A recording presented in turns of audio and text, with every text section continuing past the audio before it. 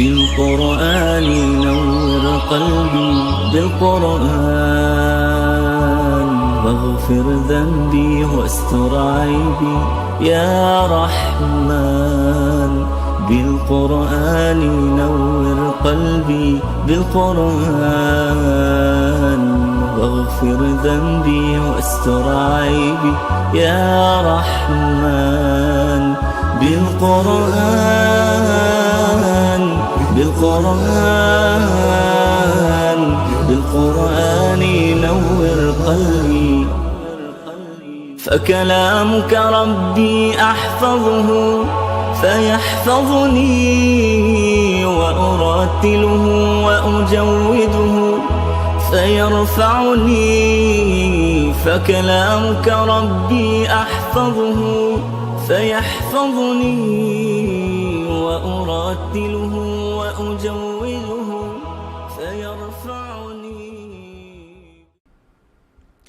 إن الحمد لله نحمده ونستعينه ونستغفره ونعوذ بالله من شرور أنفسنا ومن سيئات أعمالنا من يهده الله فلا مضل له ومن يضلل فلا هادي له وأشهد أن لا إله إلا الله وحده لا شريك له وأشهد أن محمدا عبده ورسوله يا أيها الذين آمنوا اتقوا الله حق تقاته ولا تموتن إلا وأنتم مسلمون يا أيها الناس اتقوا ربكم الذي خلقكم من نفس واحدة وخلق منها زوجها وبث منهما رجالا كثيرا ونساء واتقوا الله الذي تساءلون به والأرحام إن الله كان عليكم رقيبا يا أيها الذين آمنوا اتقوا الله وقولوا قولا سديدا يصلح لكم أعمالكم ويغفر لكم ذنوبكم ومن يطع الله ورسوله فقد فاز فوزا عظيما أما بعد فإن خير الحديث كتاب الله وخير الهدي هدي محمد صلى الله عليه وسلم وشر الأمور محدثاتها وكل محدثة بدعة وكل بدعة ضلالة وكل ضلالة في النار. قال تعالى يا أيها الذين آمنوا استعينوا بالصبر والصلاة إن الله مع الصابرين. یہ سورہ بقرہ کی آیت نمبر 153 ہے، اور اس آیت میں اللہ تعالیٰ فرما رہے ہیں کہ اے وہ لوگوں جو ایمان لائے ہیں، آسان لفظوں میں کیا کہیں گے؟ اے ایمان والو، استعینو تم مدد مانگو، مدد لو، بالصبری صبر کے ساتھ، والصلاۃ اور نماز کے ساتھ، ان اللہ مع الصابرین یقیناً اللہ تعالیٰ صبر کرنے والوں کے ساتھ ہے۔ یہ اس آیت کا آسان سا ترجمہ ہے۔ اب اس آیت کے الفاظ کی طرف آتے ہیں۔ الذین اسم موصول ہے جمع کے لیے، آمنوا فعل ماضی ہے جو ایمان لائے، استعینوا فعل امر ہے جمع کے لیے، اور سین طلب کا معنی دیتی ہے، مانگنے کا معنی دیتی ہے۔ تم مدد چاہو، تم مدد مانگو، تم مدد کا سوال کرو۔ بالصبری صبر کے ساتھ، اور صبر کے بارے میں آپ سب جانتے ہوں گے کہ صبر کا لفظی معنی ہوتا ہے اپنے نفس کو کسی چیز پہ روک لینا، باندھ لینا۔ اور صبر کی 3 اقسام ہوتی ہیں۔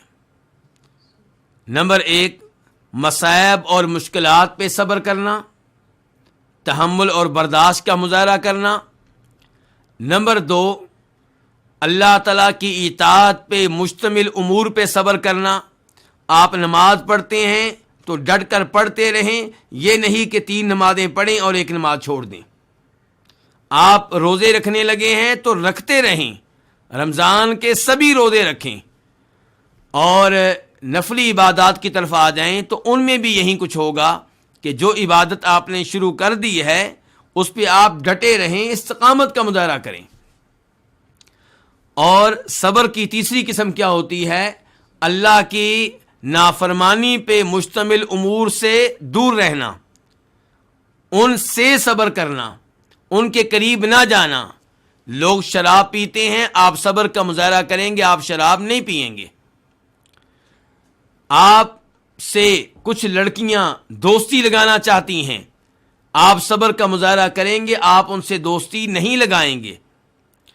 تو وہ امور جو اللہ کی نافرمانی کہلاتے ہیں، اللہ کی معصیت کہلاتے ہیں، ان سے دور رہنا یہ بھی کیا ہے؟ صبر ہے۔ تو صبر کی 3 اقسام ہیں۔ الصلاۃ، نماز کو کہتے ہیں۔ انا، بے شک، یقیناً اللہ تعالیٰ صبر کرنے والوں کے ساتھ ہے۔ الصابرین، یہ جمع ہے کس کی؟ صابر کی۔ اب اس آیت کی تفسیر کی طرف آتے ہیں۔ یا ایھا الذین آمنوا، اے ایمان والو، استعینوا بالصبر والصلاۃ، تم مدد چاہو، مدد مانگو، مدد چاہو کس چیز کے ساتھ؟ صبر کے ساتھ اور نماز کے ساتھ۔ مدد لینی کس سے ہے؟ اللہ رب العزت سے، لیکن کن چیزوں کے ذریعے؟ صبر کے ذریعے اور نماز کے ذریعے۔ صبر یہ بہت ہی اہم چیز ہے۔ قرآن و حدیث میں اس کے کئی فوائد اور کئی فضائل بیان ہوئے ہیں۔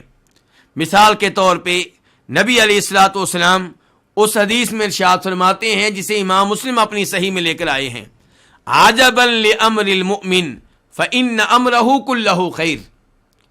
مومن کا معاملہ بہت ہی عجیب ہے، کیونکہ مومن کے ہر معاملے میں خیر ہی خیر ہے۔ نبی علیہ الصلوۃ والسلام فرماتے ہیں، اور یہ اعزاز صرف مومن کے لیے ہے، کسی اور کے لیے نہیں ہے۔ پھر آپ نے اس کی تفصیل بیان کی۔ آپ نے فرمایا کہ مومن، اس پہ مشکلات آتی ہیں، مصائب آتے ہیں، صبر کرتا ہے تو یہ صبر اس کے لیے خیر کا باعث بن جاتا ہے۔ اور جب اسے خوشیاں ملتی ہیں تو خوشیوں پہ اتراتا نہیں ہے، تکبر نہیں کرتا، خوشیوں کی وجہ سے اللہ کی نافرمانی نہیں کرتا، بلکہ اللہ کا شکر ادا کرتا ہے، تو یہ شکر بھی اس کے لیے خیر کا باعث بن جاتا ہے۔ تو اس حدیث سے پتہ چلا کہ مصائب پہ صبر کرنا یہ خیر کا باعث ہے۔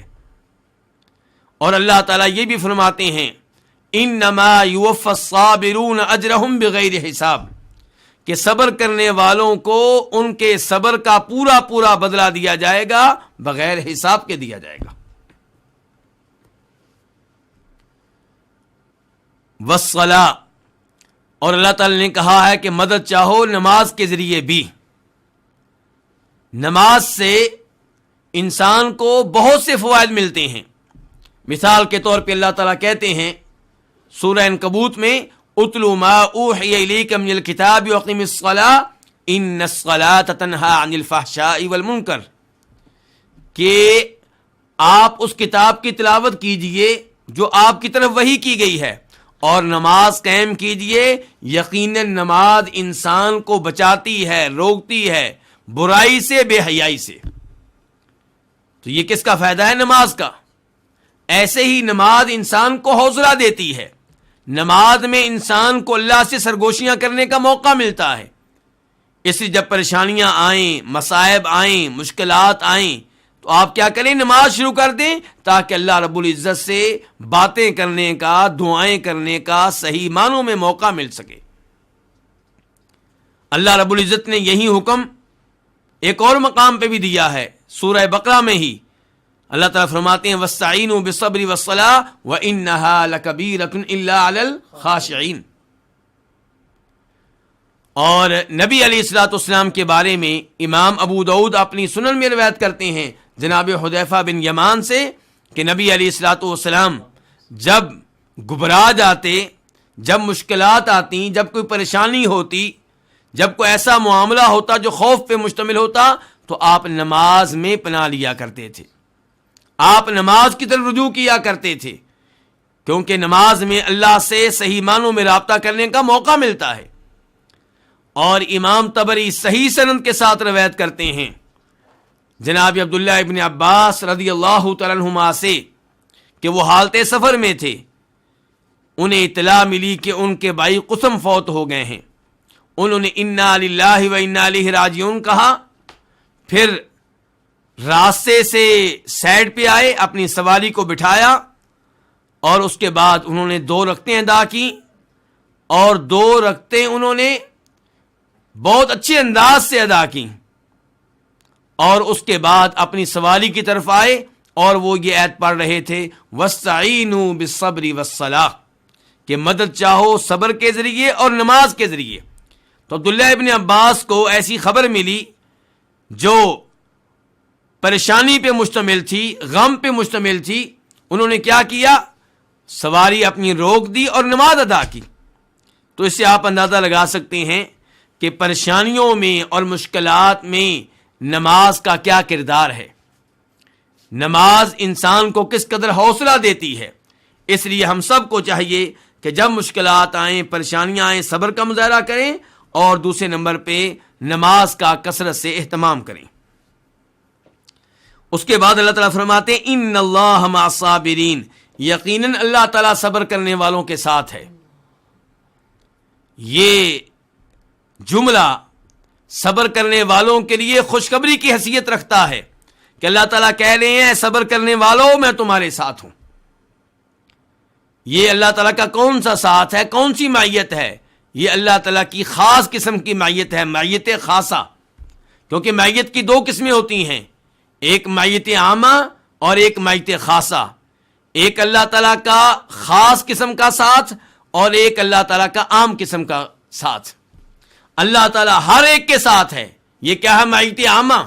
اللہ تعالیٰ کافروں کے بھی ساتھ ہے، اللہ تعالیٰ مسلمانوں کے بھی ساتھ ہے، جو گناہ کر رہا ہوتا ہے اللہ اس کے بھی ساتھ ہے، جو نیکی کے امور پہ ٹائم دے رہا ہوتا ہے، نیکی کے امور میں مشغول ہوتا ہے، اللہ تعالیٰ اس کے بھی ساتھ ہے۔ تو یہ اللہ کی کون سی معیت ہے؟ معیت عامہ، جس معیت کا تقاضا کیا ہوتا ہے کہ اللہ تعالیٰ جس کے ساتھ عام طور پہ ہے، اللہ تعالیٰ اسے دیکھ رہا ہے، اللہ اس کی آواز سن رہا ہے، وہ اللہ تعالیٰ کی قدرت میں ہے، اللہ نے اس کا احاطہ کر رکھا ہے، وہ اللہ سے بھاگ نہیں سکتا۔ اور جب اللہ تعالیٰ کی خاص معیت ہوتی ہے تو پھر مطلب یہ ہوتا ہے کہ اللہ تعالیٰ جس کے ساتھ خصوصی طور پہ ہے، اللہ تعالیٰ اس کی مدد کرتا ہے، اس کے ساتھ اللہ کی نصرت ہے، اس کے ساتھ اللہ کی تائید ہے۔ جیسا کہ اللہ تعالیٰ نے موسیٰ علیہ السلام سے کہا تھا کہ تم اور ان کے بھائی ہارون سے کہا تھا تم فرعون کی طرف جاؤ اور اسے تبلیغ کرو، اسے دعوت دو، اور کیا کہا تھا؟ اننی معکما اسمع و ارا، میں تم دونوں کے ساتھ ہوں، جو وہاں پہ ہوگا میں دیکھ رہا ہوں، جو باتیں کی جائیں گی میں سن رہا ہوں۔ اب اللہ تعالیٰ کہہ رہے ہیں موسیٰ علیہ السلام اور ہارون علیہ السلام سے کہ میں تم دونوں کے ساتھ ہوں۔ اللہ تعالیٰ نے یہ نہیں کہا کہ میں تم سب کے ساتھ ہوں، فرعون کے ساتھ بھی ہوں اور موسیٰ تمہارے ساتھ بھی ہوں اور ہارون تمہارے ساتھ بھی ہوں۔ یہاں پہ اللہ تعالیٰ صرف موسیٰ علیہ السلام اور ہارون علیہ السلام سے کہہ رہے ہیں کہ میں تم دونوں کے ساتھ ہوں۔ اس کا مطلب یہ ہے کہ یہ وہ معیت ہے جو موسیٰ علیہ السلام، ہارون علیہ السلام کو حاصل ہے، فرعون کو حاصل نہیں ہے۔ تو اس کا مطلب یہ ہے کہ تم جاؤ، تبلیغ کرو، دعوت دو، اگر اس نے تم پہ کوئی ظلم کرنے کی کوشش کی تو میں تمہارے ساتھ ہوں، تمہاری مدد کروں گا، تمہاری تائید کروں گا۔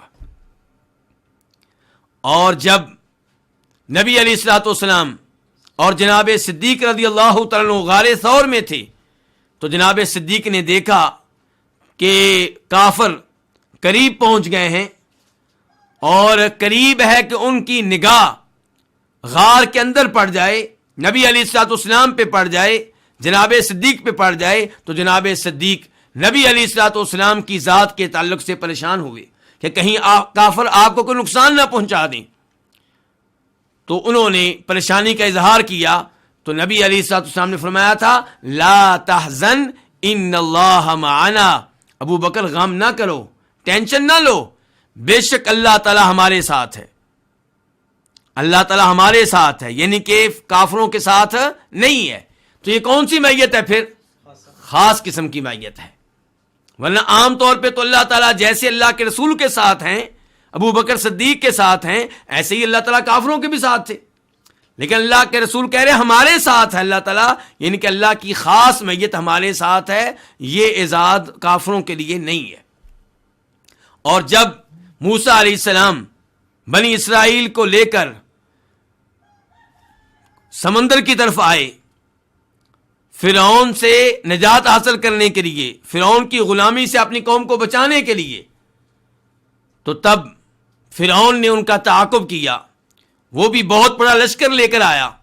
اب بنی اسرائیل گھبرا گئے، پریشان ہو گئے، ڈر گئے، آگے سمندر ہے، پیچھے فرعون کا لشکر ہے، کیا بنے گا؟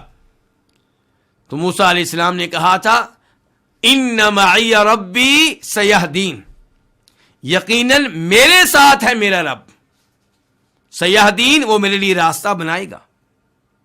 تو یہاں پہ موسیٰ علیہ السلام کہہ رہے ہیں میرے ساتھ ہے میرا رب، یعنی فرعون کے ساتھ نہیں ہے، فرعون کے لشکر کے ساتھ نہیں ہے، تو کون سی معیت ہے؟ خاص قسم کی معیت ہے۔ تو اللہ تعالیٰ اسی معیت کے بارے میں کہہ رہے ہیں کہ یہ صبر کرنے والوں کو حاصل ہے، تو یہ صبر کرنے والوں کے لیے بہت بڑی خوشخبری ہے اور بہت بڑی ان کے لیے بشارت ہے۔ اس کے بعد اللہ تعالیٰ فرماتے ہیں وَلَا تَقُولُوا لِمَنْ يُقْتَلُ فِي سَبِيلِ اللَّهِ أَمْوَاتٌ بَلْ أَحْيَاءٌ وَلَكِنْ لَا تَشْعُرُونَ، آیت نمبر 154۔ اور تم نہ کہو ان لوگوں کے بارے میں جو اللہ کی راہ میں قتل کیے جاتے ہیں، کیا نہ کہو امواتن، کہ وہ مردہ ہیں، بل احیاءن، بلکہ وہ زندہ ہیں، ولکن لا تشعرون، لیکن تم شعور نہیں رکھتے، لیکن تم نہیں جانتے۔ ولا تقولوا،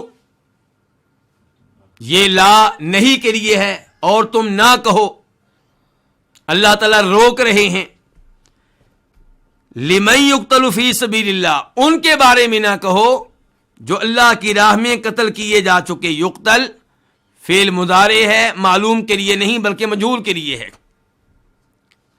فی سبیل اللہ، اللہ کی راہ میں۔ اموات مردہ، اور اموات ان کو آپ دیکھ رہے ہیں اس کے اوپر رفع آیا ہے، ضمہ آیا ہے، تو یہ رفع کہاں سے آیا؟ اس لیے کہ یہ خبر ہے اور اس کا مبتدا مقدر ہے۔ کیسے ہے؟ ہم امواتن، کہ وہ مردہ ہیں۔ یہ نہ کہو کہ وہ مردہ ہیں، کون؟ جو اللہ کی راہ میں قتل کیے جا چکے ہیں۔ بل احیاء، بلکہ زندہ ہیں۔ احیاء ان کے اوپر بھی رفع آیا ہے، ضمہ آیا ہے، تو یہ بھی خبر ہے، مبتدا یہاں پہ بھی مقدر ہے، بل ہم احیاء، بلکہ وہ کیا ہیں؟ زندہ ہیں۔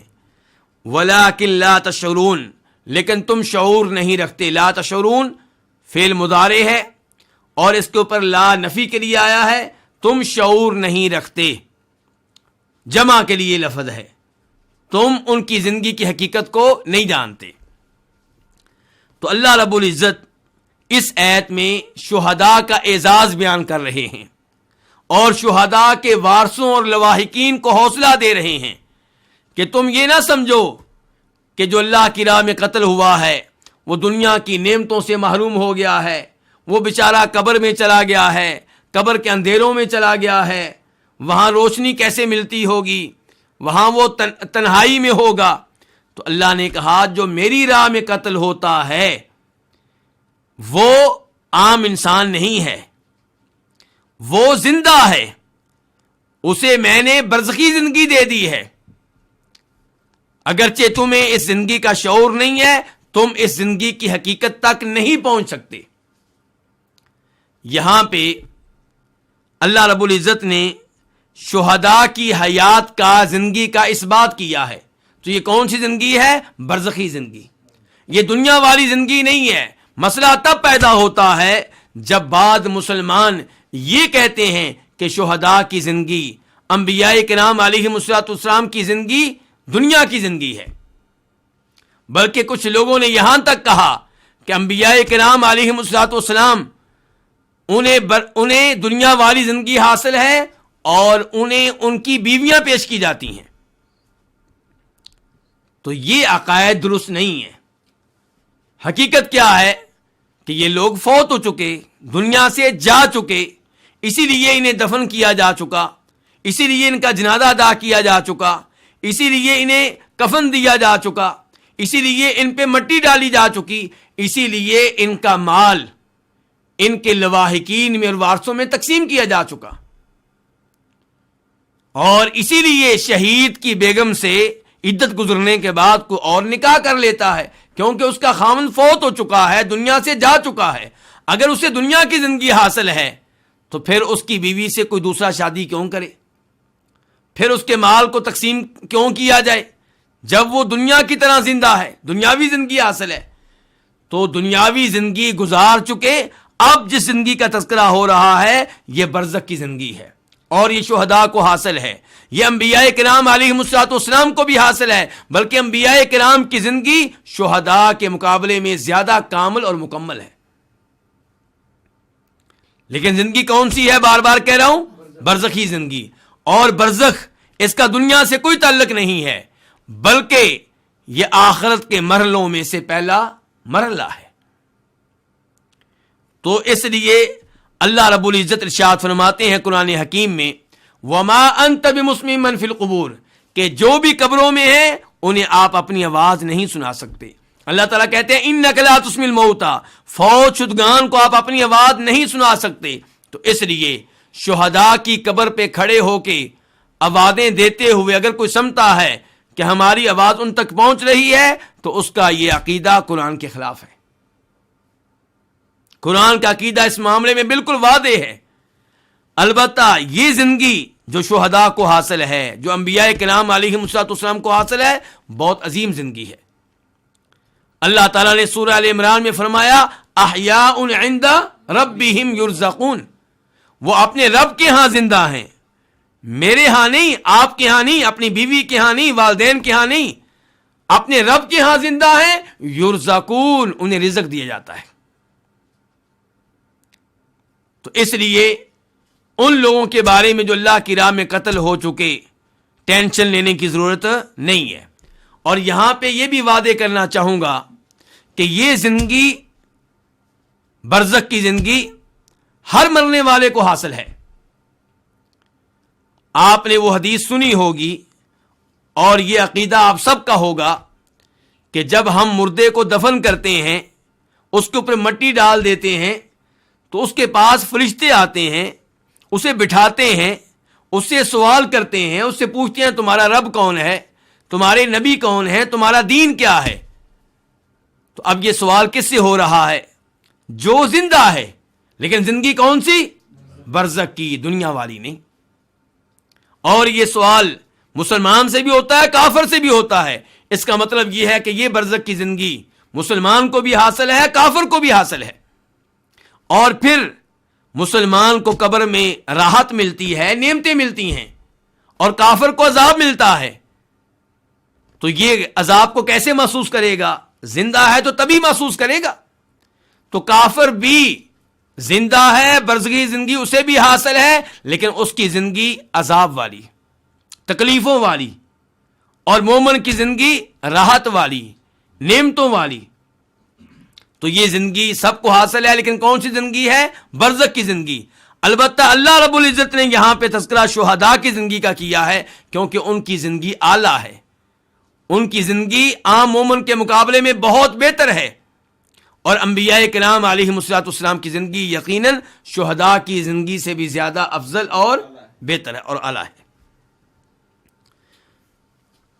نبی علیہ السلام ایک حدیث میں ارشاد فرماتے ہیں جو صحیح سند کے ساتھ مروی ہے کہ شہداء کی روحیں جنت میں سرسبز پرندوں کے سانچے میں ہوتی ہیں، اور یہ روحیں جنت کے کھانوں میں سے کھاتی ہیں، آتی ہیں، جاتی ہیں، اور پھر عرش کے نیچے لگی ہوئی قندیلوں کے ساتھ معلق رہتی ہیں۔ تو اس سے آپ اندازہ کر سکتے ہیں کہ شہداء کو کتنی اعلیٰ زندگی میسر ہے۔ تو اللہ تعالیٰ فرماتے ہیں اور تم نہ کہو ان کے بارے میں جو اللہ کی راہ میں قتل کیے جا چکے کہ وہ مردہ ہیں، بل احیاء، بلکہ وہ زندہ ہیں اپنے رب کے ہاں، ولکن لا تشعرون، لیکن ان کی زندگی کا تمہیں شعور نہیں ہے۔ ہمیں برزخی زندگی کے بارے میں اتنا معلوم ہے جتنا ہمیں بتا دیا گیا، اس سے بڑھ کر ہم کچھ جانتے نہیں ہیں۔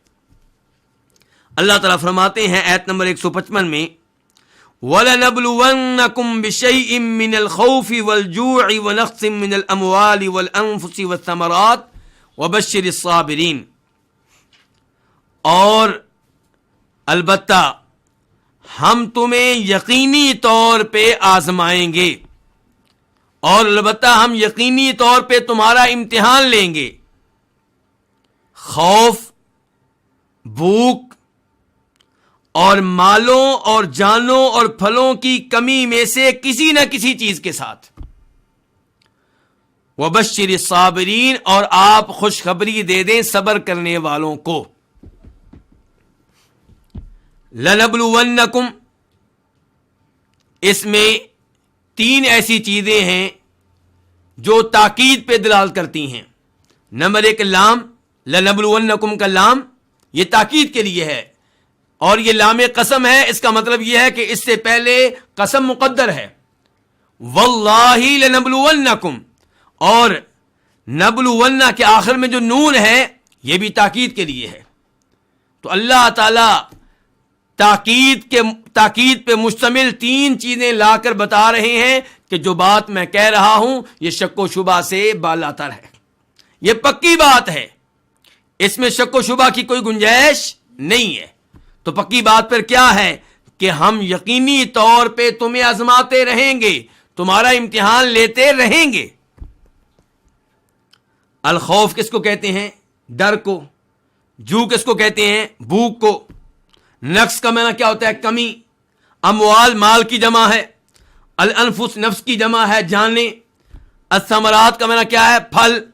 وبشر فعل امر ہے واحد کے لیے، آپ خوشخبری دے دیں۔ مخاطب کون ہے؟ ہمارے نبی صلی اللہ علیہ وسلم۔ خوشخبری کن کو دے دیں؟ الصابرین، صبر کرنے والوں کو، اور الصابرین جمع ہے کس کی؟ صابر کی۔ اس آیت کی تفسیر کیا ہے؟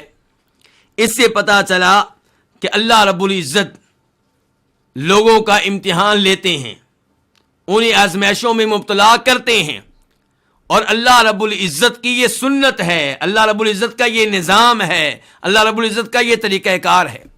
نبی علیہ الصلوۃ والسلام فرماتے ہیں صحیح حدیث میں کہ سب سے زیادہ آزمائشیں آتی ہیں کن پہ؟ انبیاء کرام علیہم الصلوۃ والسلام پہ، پھر ان کے بعد جو کوئی جس قدر زیادہ نیک ہے اسی قدر اس پہ آزمائشیں آتی ہیں۔ اللہ رب العزت اپنے بندوں کے ایمان کے امتحان لیتے ہیں۔ اللہ رب العزت دیکھتے ہیں کون صبر کرنے والا ہے مصائب اور مشکلات پہ، اور کون ہے جو جزا فضا کرتا ہے، کون ہے جو اللہ رب العزت پہ اعتراض کرتا ہے۔ تو اللہ تعالیٰ یہ امتحان لیتے ہیں، کبھی ڈر اور خوف میں مبتلا کر کے۔ ڈر اور خوف کبھی عام ہوتا ہے، پوری قوم کو اللہ تعالیٰ خوف اور ڈر میں مبتلا کرتے ہیں، بہت بڑا دشمن حملہ کر رہا ہوتا ہے، یا بہت بڑا کوئی عذاب آ جاتا ہے، یا انفرادی قسم کا خوف، میرے گھر میں کوئی مسئلہ ہوگا، مجھے کسی دشمن کا ڈر ہے، آپ کو کسی دشمن کا ڈر ہے۔ تو جو عام خوف ہے وہ بھی اللہ تعالیٰ کی طرف سے امتحان ہے، اور جو انفرادی خوف ہے وہ بھی اللہ رب العزت کی طرف سے امتحان ہے۔ الجو، اللہ تعالیٰ بھوک کے ذریعے بھی امتحان لیتے ہیں، قحط سالی کے ذریعے، رزق میں کمی کر کے اللہ تعالیٰ امتحان لیتے ہیں کہ ان حالات میں جب کہ رزق کم ہے کون صبر کرتا ہے، کون اللہ تعالیٰ کے فیصلوں پہ راضی ہے، اور کون جزا فضا کرتا ہے اور اعتراض کرتا ہے۔ وَنَقْصٍ مِّنَ الْأَمْوَالِ، اللہ تعالیٰ مال میں کمی کر کے، اگر آپ کے پاس پہلے 3 گھر تھے، اللہ نے 1 گھر واپس لے لیا، 2 گھر واپس لے لیے، آپ کی جائیداد پہلے زیادہ تھی، اللہ نے واپس لے لی۔ والانفس، آپ کے 10 بیٹے تھے، اللہ نے 1 واپس لے لیا، آپ کے 5 بیٹے تھے، 1 اللہ نے واپس لے لیا، آپ کی بیگم اللہ نے واپس لے لی، آپ سے اللہ نے والدین میں سے کسی ایک کا سہارا واپس لے لیا، چھین لیا۔ تو یہ اللہ رب العزت کی آزمائش کے طریقے ہیں۔ والثمرات، اور اللہ تعالیٰ آزماتے ہیں پھلوں میں کمی کر کے بھی۔ آپ کا غلہ، آپ نے بڑی محنت کی، بیج اچھا لے کر آئے، زمین کو اچھی طرح پانی دیا، اور اچھی طرح آپ نے ہل چلائے، ساری محنت کی، لیکن رزلٹ کیا ہے کہ پھل بہت کم آپ کے گھر میں آیا ہے، غلہ آپ کے گھر میں بہت کم آیا ہے. اور کئی دفعہ ایسا ہوتا ہے کہ جو خرچہ کیا ہوتا ہے زمین پہ، کھیتی پہ، وہ بھی پورا نہیں ہوتا. تو یہ اللہ رب العزت اپنے بندوں کا امتحان لیتے ہیں. آپ 3 مہینے محنت کرتے رہے، 2 مہینے محنت کرتے رہے، آخر میں رزلٹ کیا نکلا؟ تو یہاں پہ کون الحمدللہ کہتا ہے؟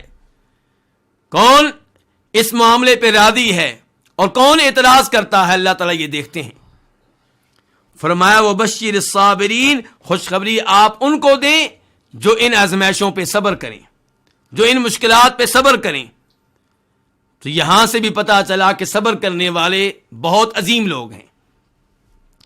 اس کے بعد اللہ تعالیٰ فرماتے ہیں آیت نمبر 156 میں، الذین اذا اصابتهم مصیبہ قالوا انا للہ وانا الیہ راجعون. صبر کرنے والے کون ہیں؟ وہ لوگ جن پہ جب کوئی مصیبت آئے تو وہ کہتے ہیں کہ یقیناً ہم اللہ تعالیٰ کے لیے ہیں اور یقیناً ہم اللہ کی طرف لوٹنے والے ہیں. الذین اسم موصول ہے جو اذا جب کے معنی میں، اصابتہم مصیبہ جن پہ جب کوئی بھی مصیبت آئے. مصیبت کسے کہتے ہیں؟ ہر وہ معاملہ، ہر وہ چیز جس سے آپ تکلیف محسوس کریں، جس سے آپ اذیت محسوس کریں، وہ کیا ہے؟ مصیبت ہے. چاہے وہ معمولی مصیبت ہو اور چاہے وہ کوئی بڑا معاملہ ہو، جس سے بھی آپ کو تکلیف پہنچے وہ کیا ہے؟ مصیبت ہے. قالو، یہ جواب ہے کس کا؟ اذا، کہ جب ان پہ کوئی مصیبت آئے تو قالو وہ کہتے ہیں. قالو فعل ماضی ہے جمع کے لیے. انا، بے شک ہم. اصل میں کیا تھا؟ انا اور نا. انا کا معنی کیا ہوتا ہے؟ بے شک. نا کا معنی کیا ہوتا ہے؟ ہم. للہ، لام تملیک کے لیے ہے. ہم اللہ کی ملکیت ہیں، ہم اللہ کے مملوک ہیں. وَإِنَّا إِلَيْهِ راجعون، اور بے شک ہم اسی کی طرف لوٹنے والے ہیں. الیہ راجعون سے پہلے آ گیا ہے. اللہ نے یہ نہیں کہا کہ وَإِنَّا راجعون إِلَيْهِ کہ ہم اللہ کی طرف لوٹنے والے ہیں، بلکہ اللہ نے کہا وَإِنَّا إِلَيْهِ راجعون، یعنی کہ ہم صرف اللہ کی طرف لوٹنے والے ہیں. راجعون راجے کی جمع ہے. راجے لوٹنے والا، واپس جانے والا. راجعون واپس جانے والے، لوٹنے والے. اس آیت میں اللہ نے بیان کیا ہے کہ حقیقی صبر کرنے والے کون ہیں. صبر میں کمال درجہ کن کو ملتا ہے؟ فرمایا وہ لوگ جن پہ جب مصیبت آئے تب کہتے ہیں انا للہ و انا الیہ راجعون. مصیبت آنے کے 1 مہینے کے بعد، 2 مہینے کے بعد، 3 مہینے کے بعد ہر کوئی صبر کر لیتا ہے. حقیقی صبر کیا ہے؟ کہ جب وہ خبر ملے جو پریشانی پہ مشتمل ہے تبھی آپ صبر کا مظاہرہ کریں، تبھی آپ اپنے اوپر کنٹرول کریں، تبھی آپ برداشت کا مظاہرہ کریں. یہ ہے حقیقی صبر. اور یہاں پہ آپ کے سامنے وہ حدیث رکھنا چاہوں گا جسے جناب انس ابن مالک رضی اللہ تعالیٰ عنہ روایت کرتے ہیں کہ نبی علیہ الصلوۃ والسلام ایک عورت کے پاس سے گزرے جو ایک قبر کے پاس بیٹھ کے رو رہی تھی. تو آپ نے کہا اتق اللہ واصبری، اللہ سے ڈرو اور صبر کرو. وہ عورت نبی علیہ الصلوۃ والسلام کو پہچان نہ سکی. اس نے جواب دیا کہ اگر تمہارے اوپر مصیبت آتی تو تمہیں پتہ چلتا. تمہارے اوپر ایسی مصیبت نہیں آئی جیسی میرے اوپر آئی ہے. اس عورت کو بعد میں بتایا گیا کہ یہ تو نبی علیہ الصلوۃ والسلام تھے. تو پھر وہ اپنی صفائی دینے کے لیے، معذرت کرنے کے لیے، معافی مانگنے کے لیے نبی علیہ الصلوۃ والسلام کے گھر آئی. تو آپ علیہ الصلوۃ والسلام نے فرمایا انما الصبر عند الصدمۃ الاولی، حقیقی صبر وہ ہے جو اس موقع پہ کیا جائے جب پہلی بار چوٹ لگے. جب آپ کو خبر ملے آپ کا جوان بیٹا فوت ہو گیا، پہلا فون آئے، تو آپ اسی وقت اپنے اوپر کنٹرول کریں، اسی وقت برداشت کا مظاہرہ کریں، اسی وقت آپ کہیں الحمدللہ، اسی وقت آپ کہیں انا للہ و انا الیہ راجعون. یہ ہے حقیقی صبر، یہ ہے صبر کا اعلیٰ درجہ. یہ وہ صبر ہے جس پہ اللہ رب العزت خوشخبریاں دیتے ہیں. یہ وہ صبر ہے جس کے بارے میں اللہ تعالیٰ کہتے ہیں کہ یقیناً میں صبر کرنے والوں کے ساتھ ہوں. ام سلمہ روایت کرتی ہیں، جو کہ نبی علیہ الصلوۃ والسلام کی بیگمات میں سے ایک بیگم ہیں، میری اور آپ کی ہیں، کہ میں نے نبی علیہ الصلوۃ والسلام سے یہ سنا تھا کہ آپ فرمایا کرتے تھے کہ جس پہ کوئی مصیبت آئے وہ مصیبت آنے پہ وہ الفاظ کہے جو اللہ تعالیٰ نے کہنے کا حکم دیا ہے. انا للہ و انا الیہ راجعون، اللہم اجرنی فی مصیبتی واخلف لی خیرا منہا.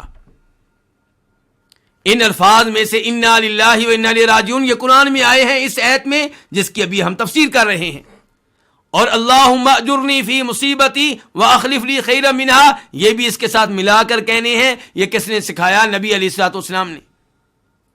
اب ان الفاظ کا مطلب کیا بنا کہ یقیناً ہم اللہ کے مملوک ہیں، اللہ ہمارا مالک ہے اور ہم نے اللہ کی طرف واپس جانا ہے. اے اللہ مجھے میری اس مصیبت پہ اجر و ثواب دینا، اجر و ثواب سے مجھے محروم نہ کرنا، کیونکہ اس مصیبت میں میں صبر کر رہا ہوں، اور مجھے اس سے بہتر دینا، اس کے بدلے میں مجھے اس سے بہتر دینا. تو ام سلمہ کہتی ہیں میں نے سنا اللہ کے رسول فرما رہے ہیں جو یہ الفاظ کہے گا اللہ رب العزت اسے اس سے بہتر دیں گے. کس سے بہتر؟ جو مصیبت آئی ہے اس سے بہتر، جو کچھ چھین لیا گیا ہے اس سے بہتر، جو واپس لے لیا گیا ہے اس سے بہتر. ام سلمہ کہتی ہیں میں نے یہ الفاظ کہے نبی علیہ الصلوۃ والسلام کی حدیث پہ ایمان رکھتے ہوئے، لیکن میرے دل میں یہ بات آئی کہ میرا خاوند ابو سلمہ فوت ہو گیا، اس کے فوت ہونے کے بعد میں یہ الفاظ کہہ رہی ہوں، اور ان الفاظ کا مطلب یہ ہے کہ اللہ تعالیٰ مجھے اس سے بہتر دے، اور اللہ کے رسول نے وعدہ بھی کیا ہے کہ اللہ تعالیٰ اس سے بہتر دے گا، لیکن ابو سلمہ سے بہتر کون ہو سکتا ہے؟ ام سلمہ کہتی ہیں لیکن میں نے یہ الفاظ کہے اس حدیث پہ ایمان لاتے ہوئے، اللہ تعالیٰ نے مجھے ابو سلمہ سے بہتر دیے. کون؟ اللہ کے رسول صلی اللہ علیہ وسلم. تو اس لیے ہم پہ جب بھی کوئی مصیبت آئے، بڑی ہو یا چھوٹی، فوراً کیا کہنا چاہیے؟ انا للہ و انا الیہ راجعون. آپ مسجد میں نماز پڑھنے کے لیے گئے، باہر نکلے آپ کا جوتا موجود نہیں ہے، آپ کا جوتا اٹھا لیا گیا ہے، آپ کا جوتا چوری کر لیا گیا ہے، بجائے اس کے کہ آپ جوتا اٹھانے والے کو گالیاں دیں، اس پہ لعنتیں بھیجیں، آپ کیا کہیں؟ انا للہ و انا الیہ راجعون، تاکہ آپ صبر کرنے والوں میں شامل ہو جائیں اور آپ کو وہ بشارتیں ملیں جو قرآن و حدیث میں ان کے لیے آئی ہیں جو صبر کرنے والے ہوتے ہیں. آپ کے پاؤں میں کانٹا چبھے، آپ کیا کہیں؟ انا للہ و انا الیہ راجعون. آپ کے بیٹے کو بخار ہو جائے، آپ کیا کہیں؟ انا للہ و انا الیہ راجعون. آپ کے گھر کا پنکھا خراب ہو گیا، آپ کیا کہیں؟ انا للہ و انا الیہ راجعون. کوئی ہماری ماں بہن کھانا بنا رہی ہے، کھانے میں نمک زیادہ ڈال بیٹھی، یا کھانا جلنا شروع ہو گیا، تو واویلا کرنے کی بجائے کیا کہے؟ انا للہ و انا الیہ راجعون. میں یہ ہلکی ہلکی مثالیں اس لیے دے رہا ہوں کہ عام طور پہ لوگ ان معاملات میں غفلت کا مظاہرہ کرتے ہیں، اور یہ عظیم رتبہ جو صبر کرنے والوں کے لیے ہے اس سے محروم رہ جاتے ہیں. تو اللہ تعالیٰ کیا کہہ رہے ہیں کہ صبر کرنے والے وہ لوگ ہیں کہ جن پہ جب کوئی مصیبت آئے، کوئی بھی مصیبت آئے، وہ کیا کہتے ہیں؟ انا للہ و انا الیہ راجعون. ہم اللہ کے مملوک ہیں اور اللہ کی طرف واپس جانے والے ہیں. اس میں کیا پیغام ملتا ہے؟ اس میں یہ پیغام ہے کہ اگر اللہ نے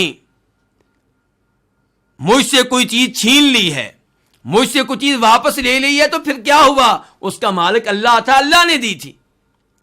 اور اگر وہ میرا بیٹا واپس چلا گیا ہے، میرا بھائی واپس چلا گیا ہے، اللہ نے میری بیگم فوت کر لی ہے، اللہ نے میرے والد کو اٹھا لیا ہے، تو کیا ہوا؟ میں نے بھی تو اللہ کے پاس جانا ہے. وَإِنَّا إِلَيْهِ رَاجِعُونَ، میں نے بھی ادھر ہی پہنچنا ہے۔ اس کے بعد اللہ تعالیٰ فرماتے ہیں آیت نمبر 157 میں اولئک علیہم صلوات من ربہم ورحمہ واولئک هم المہتدون، یہی لوگ ہیں جن پہ ان کے رب کی طرف سے تعریفیں نازل ہوتی ہیں، ورحمہ، اور جن کے لیے اللہ کی کیا ہے؟ رحمت ہے، واولئک هم المہتدون، اور یہی لوگ ہیں ہدایت پانے والے۔ اولئک اس میں اشارہ ہے، اور یہ بعید کے لیے ہے، قریب کے لیے نہیں ہے، کہ یہی لوگ ہیں، یعنی کہ صبر کرنے والے، یہ وہ عظیم لوگ ہیں کہ ان کے لیے اللہ تعالیٰ نے وہ لفظ استعمال کیا جو دور کی طرف اشارہ کرنے کے لیے آتا ہے، کیونکہ ان کا مقام بڑا اعلیٰ ہے، ان کا مقام بڑا اونچا ہے۔ اللہ نے کہا یہی لوگ ہیں، اولئک علیہم صلوات من ربہم، یہی لوگ ہیں کہ ان پہ صلوات ہیں۔ صلوات کس کی جمع ہے؟ صلاۃ ان کی۔ تو کیا معنی ہے اس لفظ کا؟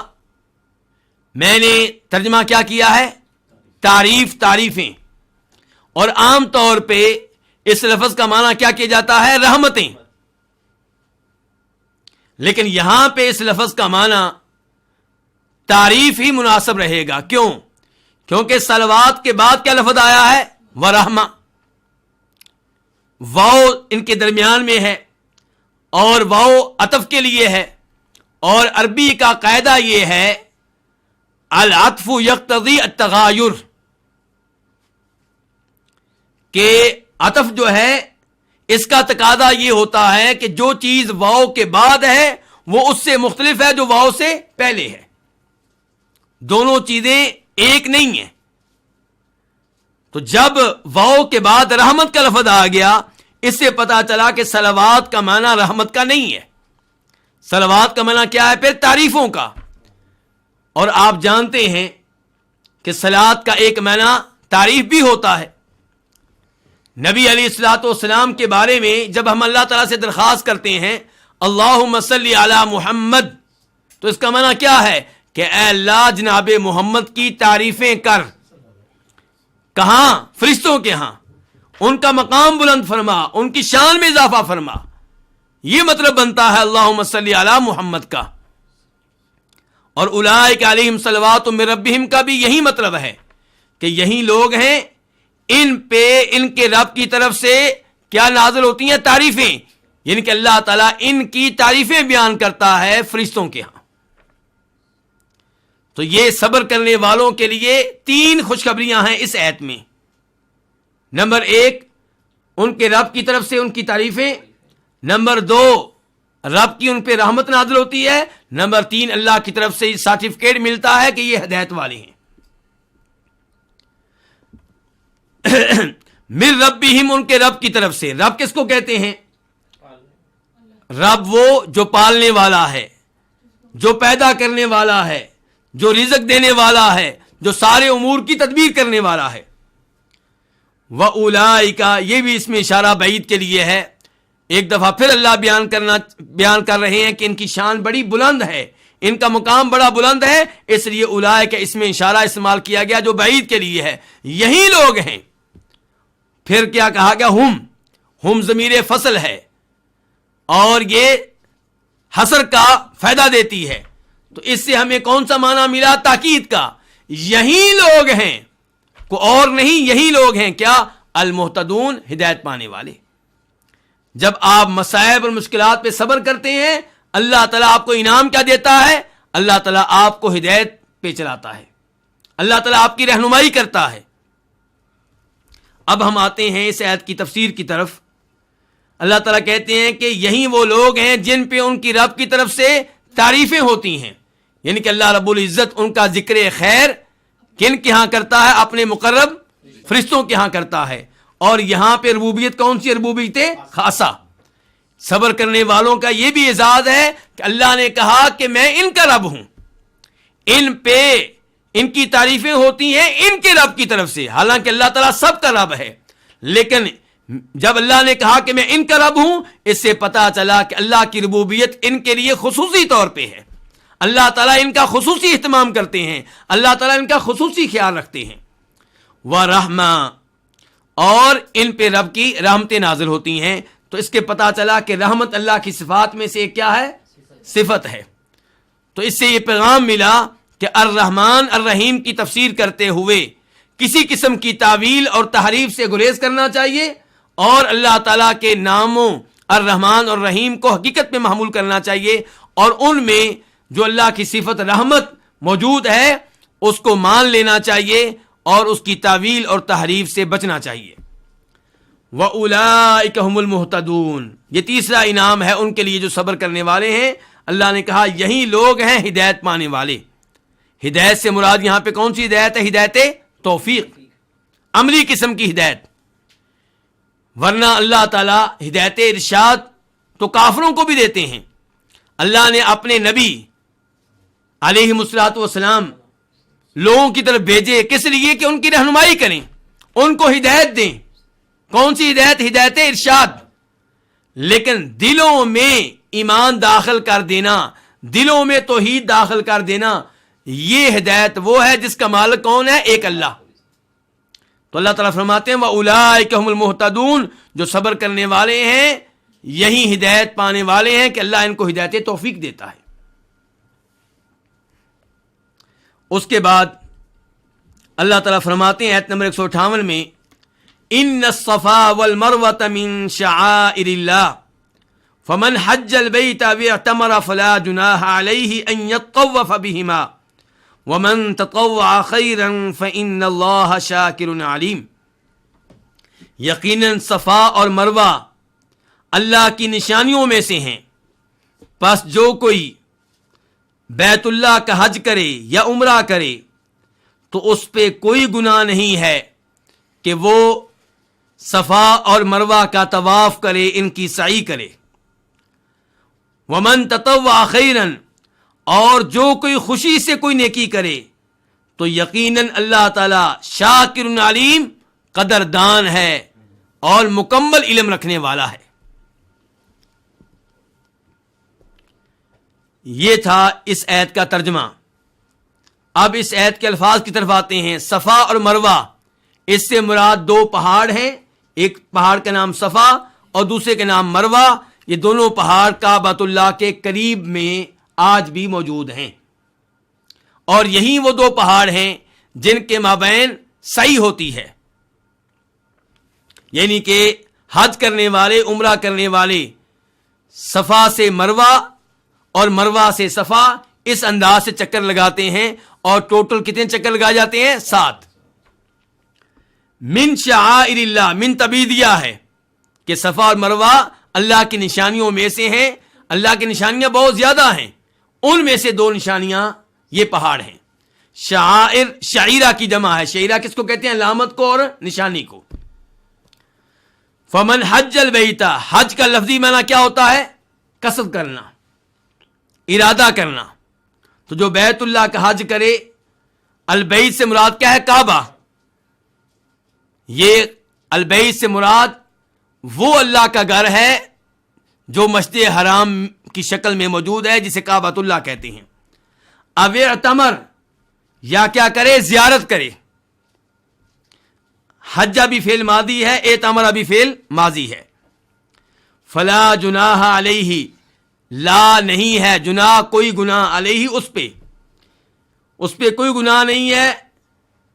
کس معاملے میں؟ ان یطوف بہما، کہ وہ ان دونوں کی سعی کرے، ان دونوں کے چکر لگائے، ان دونوں کا طواف کرے۔ کن دونوں کا؟ صفا اور مروہ کا۔ یطوف یہ فعل کیا ہے؟ مضارع ہے۔ ومن تطوع، من جو تطوع خوشی سے کرے، نفلی طور پہ کرے، خیرن کوئی بھی نیکی، فإن اللہ، تو یقین اللہ تعالی شاکرن قدر کرنے والے ہیں، علیم بخوبی علم رکھنے والے ہیں، مکمل علم رکھنے والے ہیں۔ اب ہم آتے ہیں اس آیت کی تفسیر کی طرف۔ اللہ رب العزت فرماتے ہیں کہ یقیناً صفا اور مروہ اللہ تعالیٰ کی نشانیوں میں سے ہیں۔ اسی لیے وہاں پہ کیا ہوتا ہے، صفا مروہ کی سعی ہوتی ہے، اور بنیادی طور پہ اس کا آغاز جناب اسماعیل علیہ السلام کی والدہ کے دوڑنے سے ہوتا ہے۔ جب ابراہیم علیہ السلام نے جناب اسماعیل علیہ السلام کو، جو کہ دودھ پینے والے بچے تھے، اور ان کی ماں کو مکہ میں چھوڑ دیا، جہاں پہ پینے کے لیے کوئی چشمہ نہیں تھا، کوئی کنواں نہیں تھا، جہاں پہ کھانے پینے کے لیے کوئی باغ نہیں تھا، کوئی پھل نہیں تھا، تو اسماعیل علیہ السلام بھوک سے رونے لگے، بھوک کی وجہ سے رونے لگے، کیونکہ ماں کو پانی مل نہیں رہا تھا، ماں کو کھانا نہیں مل رہا تھا۔ جب ماں کو کھانا نہ ملے، جب ماں کو پانی نہ ملے، تو ماں اپنے بیٹے کی حاجت کیسے پوری کرے؟ تو جناب اسماعیل علیہ السلام کی والدہ کبھی ادھر جاتی ہیں، کبھی ادھر جاتی ہیں کہ کھانے پینے کی کوئی چیز مل جائے۔ انہوں نے ان دو پہاڑوں کا بھی رخ کیا، صفا پہاڑ کا، مروہ پہاڑ کا۔ صفا پہاڑ پہ چڑھتی ہیں، کوئی چیز نظر نہیں آتی، نیچے اترتی ہیں، بھاگتے ہوئے مروہ پہاڑ کی طرف جاتی ہیں، حالانکہ بھوکی ہیں، پیاسی ہیں، لیکن بیٹے کے رونے کو برداشت کرنا مشکل ہے۔ کس کے لیے؟ ماں کے لیے۔ مروہ پہاڑ پہ چڑھتی ہیں، دائیں بائیں دیکھتی ہیں، کھانے پینے کے لیے کوئی چیز نہیں ہے، پھر صفا پہاڑ کی طرف بھاگتی ہیں، حالانکہ پہلے دیکھ چکی ہیں، لیکن ماں کی مامتا اسے بیٹھنے نہیں دیتی۔ صفا پہاڑ پہ دوڑتے ہوئے مروہ پہ، پھر صفا پہ، پھر مروہ پہ، اس انداز سے کتنے چکر لگائے؟ 7 چکر۔ اللہ رب العزت کو یہ عمل اتنا پسند آیا کہ اللہ تعالی نے اسے حج اور عمرے کا حصہ بنا دیا۔ جو بھی حج کرے گا، جو بھی عمرہ کرے گا، وہ صفا مروہ کے مابین 7 چکر لگائے گا، جیسے اسماعیل علیہ السلام کی والدہ نے یہ 7 چکر لگائے تھے۔ تو اللہ تعالیٰ کہتے ہیں صفا اور مروہ اللہ تعالیٰ کی نشانیوں میں سے ہیں۔ فمن حج البیت واعتمر فلا جناح علیہ ان یطوف بہما، تو جو کوئی بیت اللہ کا حج کرے یا عمرہ کرے، اس پہ کوئی گناہ نہیں ہے کہ ان دونوں کے چکر لگائے۔ بظاہر ان الفاظ سے یہ محسوس ہو رہا ہے کہ صفا مروہ کے چکر لگا لیں تو آپ کو گناہ نہیں ملے گا، اور نہ لگائیں تو اس میں کوئی حرج نہیں ہے۔ اس کا مطلب ہے کہ صفا مروہ کی سعی ضروری نہیں ہے، واجب نہیں ہے، لازمی نہیں ہے، حج عمرے کے ارکان میں سے کوئی رکن نہیں ہے۔ لیکن اس آیت کی صحیح معنوں میں تفسیر جاننے کے لیے ان روایات کا جائزہ لینا ہوگا جن سے پتہ چلتا ہے کہ اس آیت کے نزول کا سبب کیا ہے، شان نزول کیا ہے۔ آپ نے محسوس کیا ہوگا کہ میں عام طور پہ آیات کی تفسیر میں شان نزول بیان نہیں کرتا۔ کیوں؟ کیونکہ عام طور پہ اسباب نزول اور شان نزول جو پبلک میں معروف ہوتے ہیں، جو کئی مفسرین بیان کر رہے ہوتے ہیں، وہ صحیح سند کے ساتھ ثابت نہیں ہوتے۔ البتہ جہاں کہیں صحیح سند سے روایت کردہ کوئی شان نزول ملے گا، ہم اللہ کے فضل و کرم سے، اللہ کی مشیت سے بیان کریں گے۔ تو یہاں پہ شان نزول آپ کے سامنے رکھنا چاہوں گا۔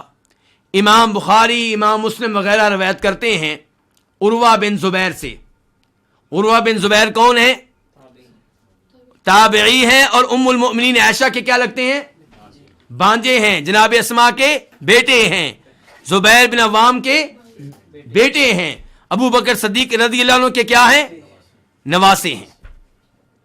تو عروہ بن زبیر کہتے ہیں کہ میں اپنی خالہ ام المؤمنین عائشہ کے پاس آیا، میں نے کہا خالہ، اللہ تعالیٰ کہہ رہے ہیں کہ جو بیت اللہ کا حج کرے یا عمرہ کرے اس پہ کوئی گناہ نہیں ہے کہ وہ ان دونوں کی سعی کر لے، ان دونوں کا طواف کر لے۔ اس کا مطلب یہ ہوا کہ ان دونوں کی سعی نہ کریں تو کوئی حرج نہیں ہے، کوئی گناہ نہیں ہے۔ ام المؤمنین فرمانے لگیں میرے بھانجے بئس ما قلت، تو نے بہت غلط بات کہی ہے۔ اگر اس آیت کا مطلب یہ ہوتا کہ صفا مروہ کی سعی نہ کریں تو کوئی گناہ نہیں ہوگا تو اللہ تعالیٰ کہتے فلا جناح علیہ اللہ یطوف اللہ یطوف بہما، اللہ تعالیٰ ان کے بعد لا بولتے، اللہ تعالیٰ کہتے کہ اس میں کوئی حرج نہیں ہے کہ آپ ان دونوں کا طواف نہ کریں، ان دونوں کی سعی نہ کریں۔ اللہ نے نا کا لفظ نہیں بولا، اللہ تعالیٰ کہہ رہے ہیں اس میں کوئی حرج نہیں ہے کہ آپ ان دونوں کا طواف کریں، آپ ان دونوں کی سعی کریں۔ پھر ام المؤمنین عائشہ نے سبب نزول بتایا تاکہ معاملہ مزید واضح ہو جائے، فرمانے لگیں کہ یہ آیت نازل ہوئی ہے ان انصاریوں کے بارے میں جو مسلمان ہو گئے، وہ مسلمان ہونے سے پہلے منات بت کے نام پہ تلبیہ کہا کرتے تھے۔ جب وہ منات بت کے لیے تلبیہ کہا کرتے تھے اور وہ اس کی عبادت کے قائل تھے، اور یہ بت مشلل میں موجود تھا مکہ اور مدینہ کے مابین، تو یہ لوگ جب مکہ پہنچتے تو صفا مروہ کے مابین سعی نہیں کرتے تھے، صفا مروہ کے مابین سعی کو یہ لوگ گناہ سمجھا کرتے تھے۔ یہ کون بیان کر رہی ہیں؟ ام المؤمنین عائشہ۔ تو اللہ تعالیٰ نے اس بارے میں یہ آیت نازل کی اور فرمایا کہ صفا مروہ کی سعی گناہ نہیں ہے، کیونکہ یہ لوگ صفا مروہ کے مابین سعی کو کیا سمجھتے تھے؟ گناہ سمجھتے تھے۔ اور گناہ کیوں سمجھتے تھے؟ اس بات کا علم ہمیں ایک دوسری روایت سے ہو سکتا ہے، اس کا اندازہ ہمیں ایک دوسری روایت سے ہو سکتا ہے، کیونکہ صفا مروہ پہ دو بت موجود تھے، ایک اساف اور ایک نائلہ۔ تو چونکہ یہ لوگ منات بت کو مانتے تھے تو شاید اسی لیے یہ صفا مروہ کے مابین سعی کو گناہ سمجھتے تھے، کیونکہ وہاں پہ اساف اور نیلا بت موجود تھے، جبکہ یہ ان کی عبادت کے قائل نہیں تھے، یہ تو منات بت کی عبادت کے قائل تھے۔ ام المومنین عائشہ سے یہ سبب نزول کس نے نقل کیا ہے؟ عروہ بن زبیر نے۔ عروہ بن زبیر کہتے ہیں میں بعد میں ابو بکر بن عبد الرحمن بن حارث بن ہشام سے ملا اور میں نے کہا ام المؤمنین عائشہ نے یہ بات بتائی ہے، تو وہ کہنے لگے جو کچھ ام المؤمنین عائشہ نے تمہیں بتایا ہے میرے لیے نہیں ہے، یہ چیز میں پہلے نہیں جانتا تھا، البتہ میں نے یہ بات اہل علم میں سے کئی ایک سے سنی ہے۔ مراد کون ہے؟ صحابہ کرام۔ کئی ایک سے سنی ہے کہ لوگ مسلمان ہونے سے پہلے کعبہ کا بھی طواف کرتے تھے، صفا مروہ کے مابین بھی طواف کرتے تھے، ان کا بھی طواف کرتے تھے، یعنی کہ ان کے مابین سعی کرتے تھے۔ جب انہوں نے دیکھا کہ اللہ تعالیٰ نے قرآن میں ایسی آیتیں نازل کی ہیں جن میں کعبہ کے طواف کا ذکر موجود ہے، صفا مروہ کے طواف کا ذکر موجود نہیں ہے، تو وہ سوال کرنے لگے کہ اگر ہم صفا مروہ کے مابین سعی کریں، ان کا طواف کریں، تو کیا ہمیں گناہ ملے گا؟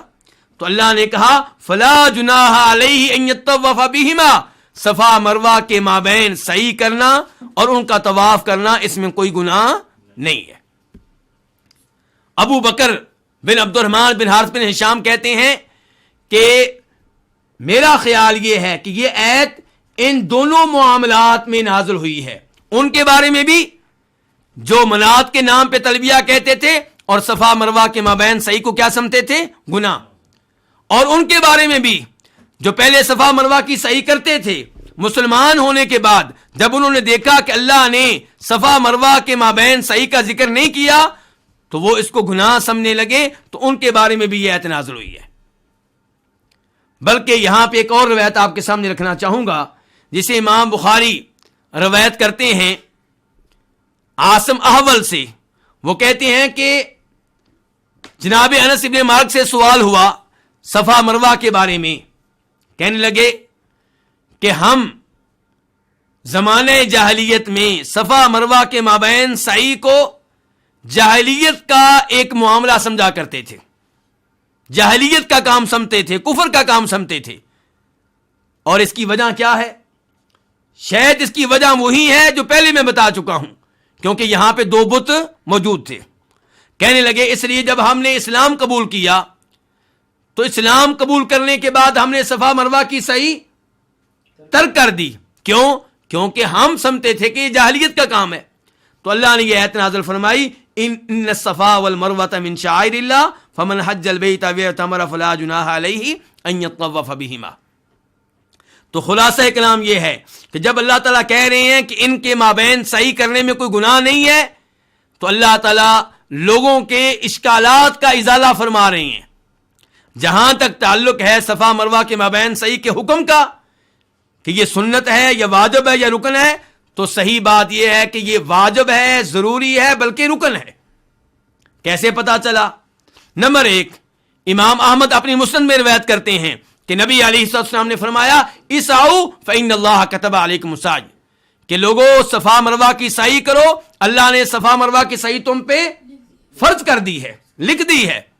دوسرے نمبر پہ ام المؤمنین عائشہ فرماتی ہیں اس روایت کے مطابق جو مسلم شریف میں آئی ہے کہ اللہ تعالیٰ اس آدمی کے حج اور عمرے کو مکمل نہیں کریں گے جو صفا مروہ کے مابین صحیح نہیں کرے گا۔ اور تیسرے نمبر پہ ام المومنین عائشہ فرماتی ہیں اس سبب نزول کو بیان کرتے ہوئے جو میں آپ کے سامنے ذکر کر چکا ہوں کہ سن رسول اللہ صلی اللہ علیہ وسلم الطواف بہما، کہ اللہ نبی علیہ الصلوۃ والسلام نے صفا مروہ کے طواف کو مقرر کیا ہے، اور آگے فرماتی ہیں کسی کے لیے جائز نہیں ہے کہ وہ ان کا طواف ترک کرے، ان کے مابین صحیح کو ترک کرے۔ تو خلاصہ کلام یہ ہے کہ صحیح کا حکم کیا ہے کہ یہ حج عمرے کے ارکان میں سے ایک رکن ہے۔ اس کے بعد اللہ تعالیٰ فرماتے ہیں وَمَن تَطَوَّعَ خَيْرًا، اور جو خوشی سے کوئی خیر کا کام کرے، تو اللہ تعالیٰ قدردان ہیں، علم رکھنے والے ہیں۔ اس جملے سے اللہ تعالیٰ کے دو ناموں کا پتہ چلا، ایک شاکر اور ایک علیم، اور اللہ تعالیٰ کی دو صفات کا پتہ چلا، شکر اور علم۔ اللہ تعالیٰ اس کے قدردان ہیں جو اللہ تعالیٰ کی اطاعت کرنے والا ہے، جو نیک اعمال سر انجام دینے والا ہے، اور اللہ تعالیٰ ہر ایک کی نیت کو جانتے ہیں، ہر ایک کے عمل کو جانتے ہیں، اس کے مطابق اللہ تعالیٰ جزا دیں گے۔ اللہ رب العزت سے دعا ہے کہ اللہ تعالیٰ ہمیں صحیح معنوں میں قرآن کی تفسیر سمجھنے کی توفیق دے، اور اللہ تعالیٰ ہمیں اپنا صابر اور شاکر بندہ بنائے، اور اللہ تعالیٰ ہمیں ان میں سے بنائے جن کو اللہ تعالیٰ بار بار بیت اللہ کے طواف اور صفا مروہ کی سعی کا موقع دیتے ہیں۔ وآخر دعوانا الحمد للہ رب العالمین۔